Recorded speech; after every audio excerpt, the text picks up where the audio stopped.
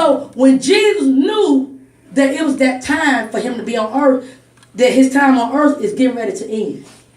So he knew. So the first thing you know, the cost of your destiny is, you know you're going to have to go to a place of prayer. What is prayer? Prayer is when you are having a meeting with God. And when you're having a meeting with God, is where you're communing with him, is where you're telling God all about what you're going through.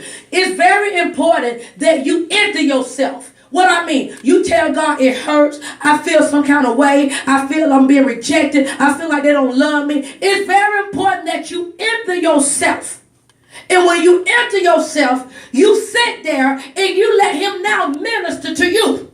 So when you minister to him, when you minister to him how you feeling, he now going to bring thoughts to your mind. He now going to bring thoughts to your heart. And he going to tell you what his word says. Look at this. So when you look at Matthew 26, let's look at verse 36. It says here, then Jesus went to the place called Gethsemane. When you look up that word Gethsemane in the Hebrew, it means the Mount of Olives. Why is Gethsemane important? Guess what? Where you remember olive from? Oil. Guess what? How do the oil turn into oil? It got to get crushed. And so Jesus was going to the place to get crushed. My Lord. He was going to the place that was going to separate him from the Father.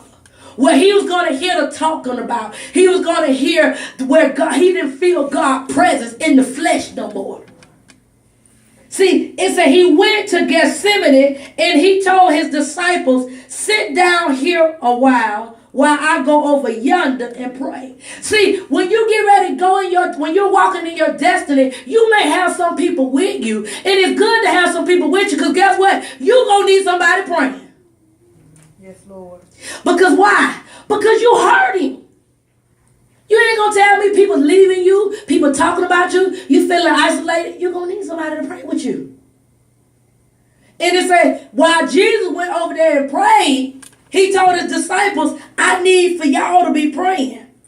Y'all see that, right? Mm-hmm. Verse 37 say, and while taking with him Peter and the two sons of Zebedee, he began to show grief and distress of mind. So in other words, people, I want to be like Jesus. I want to be like Jesus. What did Jesus feel? Grief. He was distressed. So you got to understand there's going to be some times in your life you're going to feel distress. You're going to feel grief. You're going to feel like I can't take it. You're going to feel like it's too hard. You're going to feel like I can't make it. I just can't do it. And you got to know it's normal. Because see, the world will tell you something wrong with you. Uh-huh. In the kingdom of God, that's normal. Because you're going to experience this to go to the next grade in him. If you can't go through this, you ain't ready for the next promotion. Y'all got that? So it said he felt grief. He felt distressed on his mind. You see, it was in his mind. It didn't say they were beating him up. He thought about it. So you got to know that your thoughts are very important. So when you feeling these thoughts, look what Jesus did. It says here, he had these on his mind. He was deeply depressed. Then he said to them, my soul is very sad and deeply grieved, so that I am almost dying of sorrow. He said, stay here and keep awake and watch with me. See, he was telling them, I'm feeling disconnected. I feel like this assignment is too hard. I can't take this people leaving me. I can't take this. I feel like losing my mind. I can't take this. They don't die. I can't take this. My mind. I feel like I'm about to explode. He said, and I need y'all to pray with me. Yes, pray with me.